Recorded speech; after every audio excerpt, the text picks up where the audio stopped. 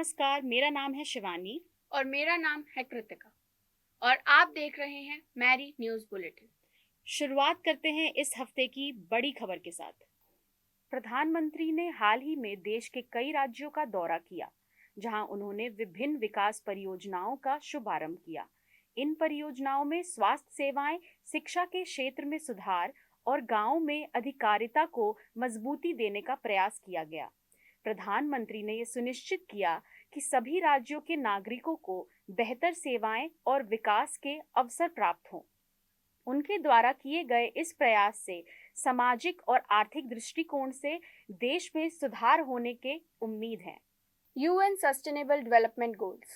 The high-level political forum on sustainable development is focusing on key issues like poverty (SDG 1) and zero hunger (SDG 2), with discussions on global progress and strategies to meet these targets.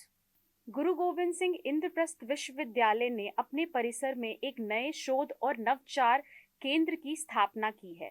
यह केंद्र छात्रों को और faculty को नवीनतम तकनीकों और अनुसंधान के क्षेत्र में सहयोग प्रदान करेगा। इसका उद्देश्य नवाचार को बढ़ावा देना और छात्रों को उद्योग के लिए तैयार करना है। केंद्र में विभिन्न प्रयोगशालाएं, शोध सुविधाएं और विशेषज्ञ मार्गदर्शन उपलब्ध होगा, जिससे छात्र अपने अनुसंधान परियोजनाओं को आगे बढ़ा सकेंगे। इस पहल से छात्रों को व्यवहारिक ज्ञान और उद्योग की आवश्यकताओं के अनुरूप प्रशिक्षण मिलेगा, जिससे वे अपने करियर में सफल हो सकें। The European Space Agency (ESA) announced a successful test of the new Mars rover designed to search the signs of past life on the red planet. The rover is set to launch in 2026. Delhi में वायु प्रदूषण एक गंभीर समस्या बन गई है, जो पर्यावरण और नागरिकों के स्वास्थ्य पर बुरा असर डाल रही है। हाल ही के महीनों में एयर क्वालिटी इंडेक्स AQI खतरनाक स्तर तक पहुंच गया है और गर्मियों में यह समस्या और गंभीर हो जाती है। हालांकि अध्ययन के अनुसार दिल्ली की हवा में पार्टिकुलेट मैटर 2.5 और PM10 के स्तर में अत्यधिक वृद्धि हो रही है, जो सांस की बीमारियों का कारण बन रहा है।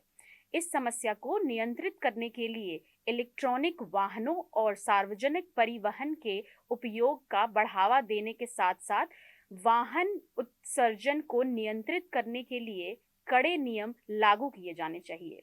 इसके अलावा निर्माण कार्यों और सड़क परियोजनाओं के दौरान धूल नियंत्रण के प्रभावी उपाय अपनाए जाने चाहिए, जैसे कि पानी का छिड़काव और धूल रोधी सामग्री का उपयोग। Here's the cyber tip of the week.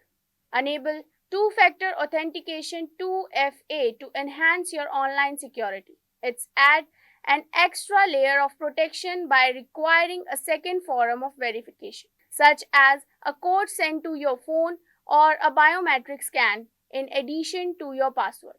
This makes much harder for unauthorized users to access your accounts, even if they have your password. Major service providers like Google and Apple offer easy setup instructions for 2FA and their support pages.